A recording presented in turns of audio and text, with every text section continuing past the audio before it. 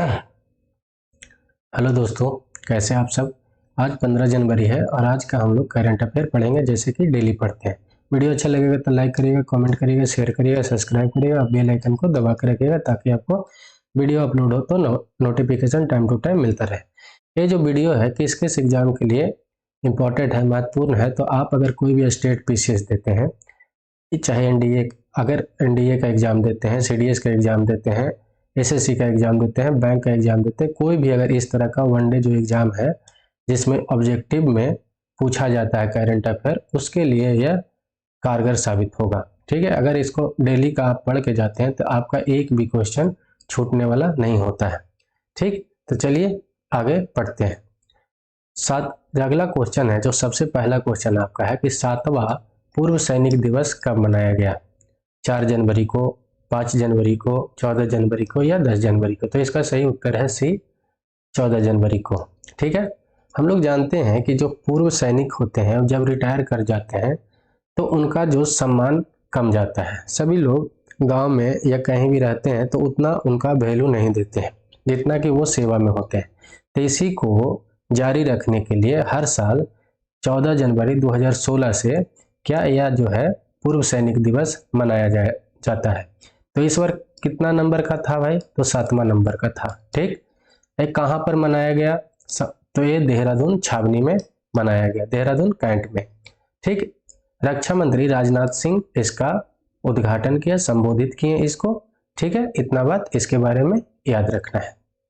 चलिए, तो अगला है कि मध्य प्रदेश का कौन सा जिला, ठीक, मध्य प्रदेश का कौन सा जिला स्टार्टअप्स द्वारा प्रस्तावित आधुनिक 5G का उपयोग मामलों का लागू करने वाला भारतीय जिला का प्रथम बन गया है। ठीक, पहला बन गया है।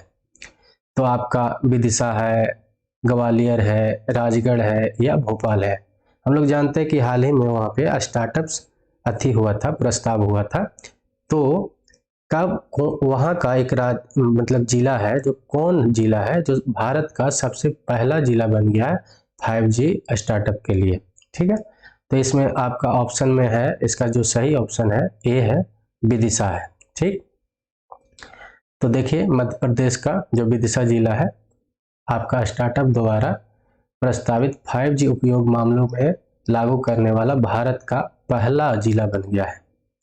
ठीक, याद रखना है। इसमें क्या है कि telecom startups, MSME, 5G vertical engagement partnership programme, ये सब मिलकर एक कार्य को शुरू किया है ताकि यहाँ का सामाजिक आर्थिक क्षेत्र में डिजिटल परिवर्तन हो, डिजिटल प्रभाव पड़े और वहाँ के लोग जितना हो सके मोबाइल से डिजिटली काम करना शुरू करें। जैसे डिजिटली ज़्यादा होगा तो आपका सेवा आसान हो जाता है, पढ़ना आसान हो जाता है, आपका कोई टिकट लेना आसान हो जाता है, गेमिंग आसान हो जाता है, बहुत सारा ऐसा चीज़ है जो आसान हो जाता है। ठीक है, तो इसके लिए है। तो कौन सा जिला था, तो विदिशा था, याद रखना है, मध्य प्रदेश में। अगला जो है कि एक आईएएस अधिकारी है ए शांति कुमारी को किस राज्य का नया मुख्य सचिव नियुक्त किया गया है। ठीक, नया मुख्य सचिव नियुक्त किया गया है, कर्नाटका का, तेलंगाना का, हिमाचल प्रदेश का, गुजरात का, याद रखना है। Senior officer A Shanti Kumari has been appointed the new chief secretary of which state. तो इसका जो सही उत्तर क्या है आपका तेलंगाना है। ठीक है, बात है कि तेलंगाना में ये जो शांति कुमारी हैं ये पहला कोई लेडीज मुख्य सचिव बने हैं। ठीक, तेलंगाना में। ठीक है, तो ये देख लीजिए यहाँ पे।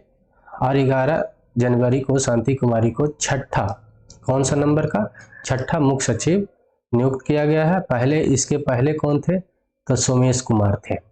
ठीक, इसका पहले कौन थे, सोमेश कुमार थे, याद रखना। जो शांति कुमारी थी इससे पहले किस चीज पर काम कर रहे थे, कहाँ पे काम कर रहे थे, जो मुख्य सचिव के बन के विशेषज्ञ के रूप में काम कर रहे थे। तो ठीक है, ये बात याद रखना है, मुख्य सचिव बन के पद पे काम कर रहे थे पहले, अभी ये तेलंगाना का क्या बने हैं, सचिव बने हैं। और यहाँ का एक प्रथम कोई लेडी है जो सचिव बने हैं, ये बात याद रखना है। अगला है कि BRO, बॉर्डर रोड ऑर्गेनाइजेशन, सीमा सड़क संगठन में विदेशी असाइनमेंट पर तैनात होने वाली पहला महिला ऑफिसर कौन बनी है? Who become the first woman officer in the border road organization to be posted on a foreign assignment? आपका पहला ऑप्शन है आर.एस. शर्मा, रेणु गोपाला, राधिका सिया या कैप्टन सुरभि जखमोला। ठीक, तो इसका जो सही आंसर है आपका कैप्टन सुरभि जखमोला। ठीक है, आंसर नंबर जो डी है आपका डी है जो इसका राइट आंसर है, कैप्टन सुरभि जखमोला। तो जो क्या है कि भूटान जो है, भूटान में बहुत सारे प्रोजेक्ट इंडिया जो है लॉन्च करता है हर बार, और जो जितना भी आपका बाउंड्री वाला जो है राज्य है, जैसे जिसको बाउंड्री टच करता है उसको लिए कौन सा मिनिस्ट्री काम करता है? तो रक्षा मिनिस्ट्री काम करता है, रक्षा मंत्रालय काम करता है। रक्षा मंत्रालय के अंदर बॉर्डर रोड ऑर्गेनाइजेशन काम करता है और वही सारा काम देखता है। तो भूटान में जो प्रोजेक्ट बनेगा वो किसके अंतर्गत बनेगा? सीमा सड़क संगठन के अंतर्गत बनेगा। ये बात याद रखना है। वहां पर कोई सड़क निर्माण हो सकता है, पुल निर्माण हो सकता है, कोई डैम बनाया जाता है, ये सब होता है। अरे किस देशों के बीच में होता है? जो इंडिया का मित्र राष्ट्र है। ठीक, ये बात याद रखना है आपको। बॉर्डर रोड ऑर्गेनाइजेशन जो है पहले जो था दूसरा मिनिस्ट्री के अंदर काम करता था, लेकिन 2015 से क्या हुआ कि ये रक्षा मंत्रालय के अंतर्गत पूरी तरह से स्थानांतरित कर दिया गया था। ये बात याद रखना है। ठीक, अगला जो क्वेश्चन है कि भारतीय रेलवे भारत और किस देश के बीच 17 फरवरी 2023 को नई दिल्ली से भारत गौरव पर्यटन ट्रेन शुरू करेगा? Indian railway will start Bharat Gaurav tourist train between India and which country on 17 February 2023 from new Delhi? पहला है पाकिस्तान, भूटान, नेपाल या श्रीलंका। आपका सही उत्तर क्या है? नेपाल।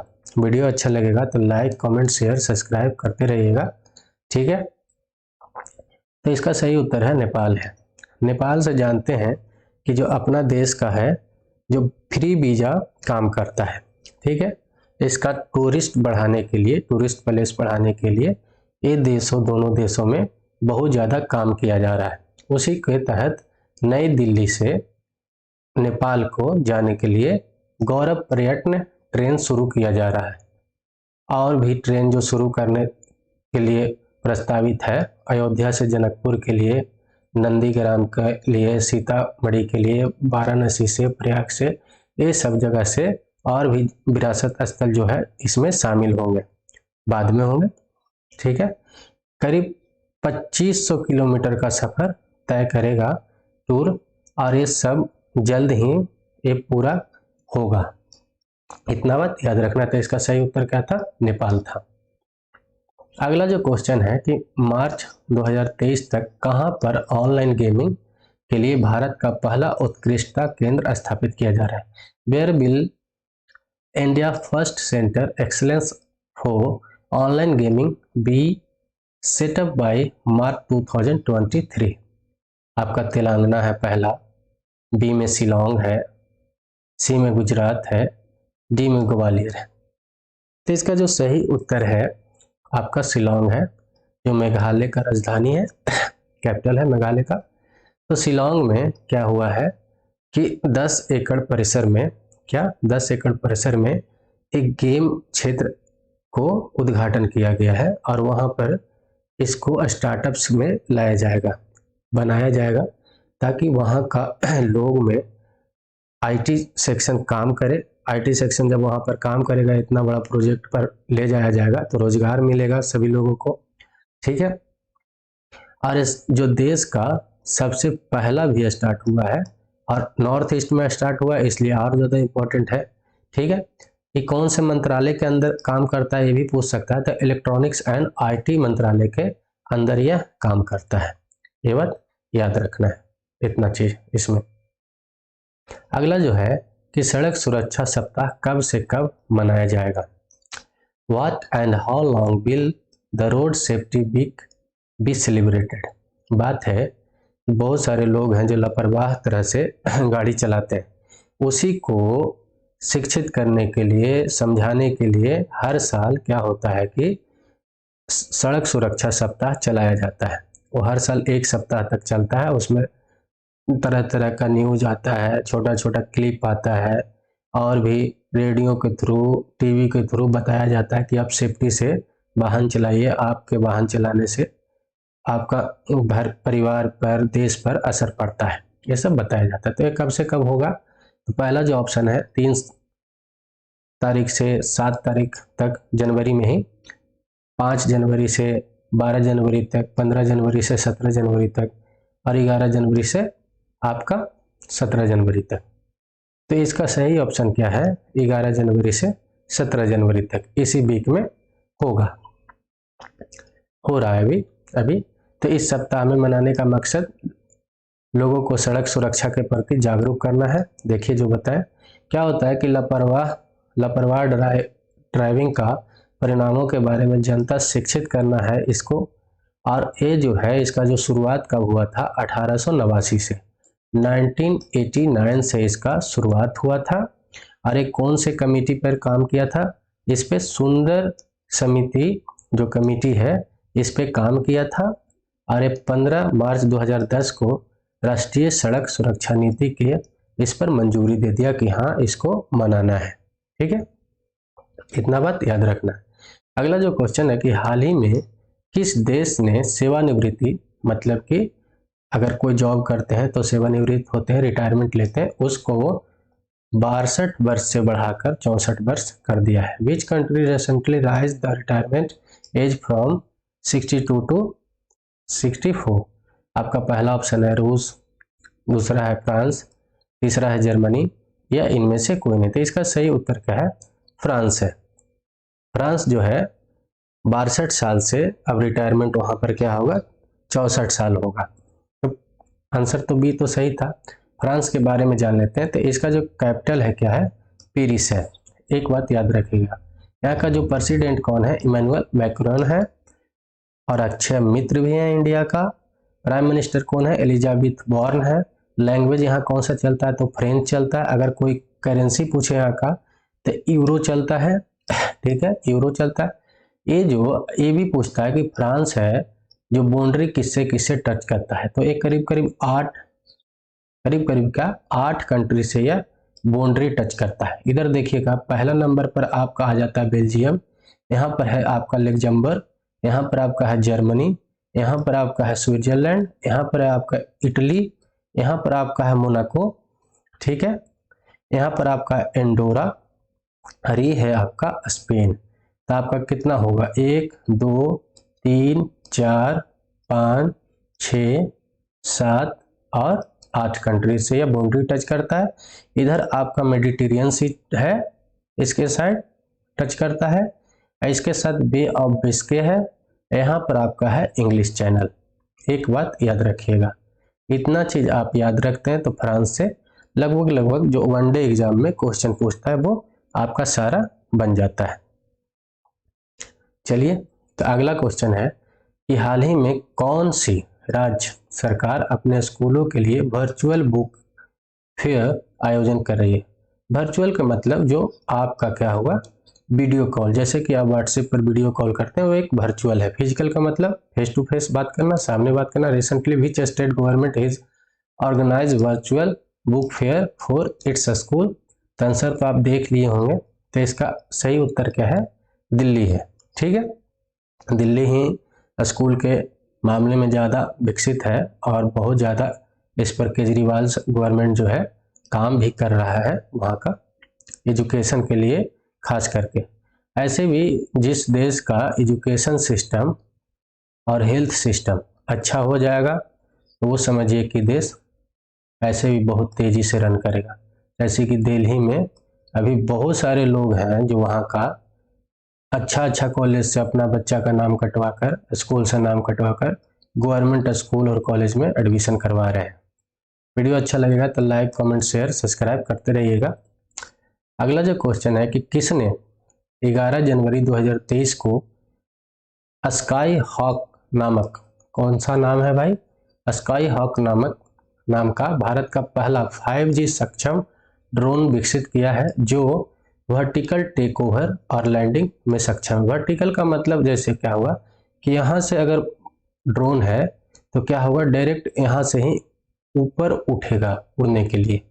और एक ड्रोन है जो हॉरिजॉन्टल, क्या होगा, जैसे ऐसे है फर्श है तो यहाँ से ड्रोन है तो अगर आगे पहले रन करेगा और फिर यहाँ पर उठकर ऐसे उड़ेगा। अरे वर्टिकल में क्या होगा कि यहाँ पर ही ड्रोन है और डायरेक्ट यहाँ से ही ऊपर उठकर उड़ने का काम करना शुरू कर देगा। वर्टिकल लैंडिंग में भी यहाँ पर डायरेक्ट ऊपर से नीचे आकर बैठ जाएगा। लैंडिंग वाला एक क्या होता है, नॉर्मल क्या होता है कि आपका जो पहले क्या होता है ऐसे आकर स्लोप बनाकर आपको धीरे धीरे फर्श पर आपका लैंडिंग करता है, उसको हॉरिजॉन्टल लैंडिंग बोलते हैं। ये ऊपर डायरेक्ट उठने और नीचे डायरेक्ट बैठने वाला को वर्टिकल लैंडिंग और क्या बोलेंगे, वर्टिकल लैंडिंग और टेक ऑफ बोलेंगे। ठीक है, तो इसमें आपका ऑप्शन क्या है कि आईजी ड्रोन है, एआई ड्रोन है या कलाम ड्रोन है या इनमें से कोई नहीं। तो इसका जो सही उत्तर क्या है, आईजी ड्रोन है, ऑप्शन नंबर ए है।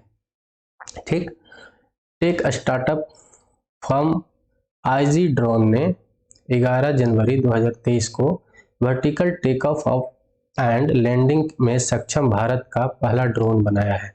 ठीक, उसका नाम क्या है, आईजी ड्रोन। इतना बात याद रखना है। अगला जो क्वेश्चन है कि हाल ही में पेट्रोलियम मंत्रालय ने 1 अप्रैल 2023 से पेट्रोल में कितने प्रतिशत इथेनॉल मिलाने का घोषणा किया है। Recently the ministry of petroleum has announced to add what percentage ethanol in the petrol from 1 April 2023।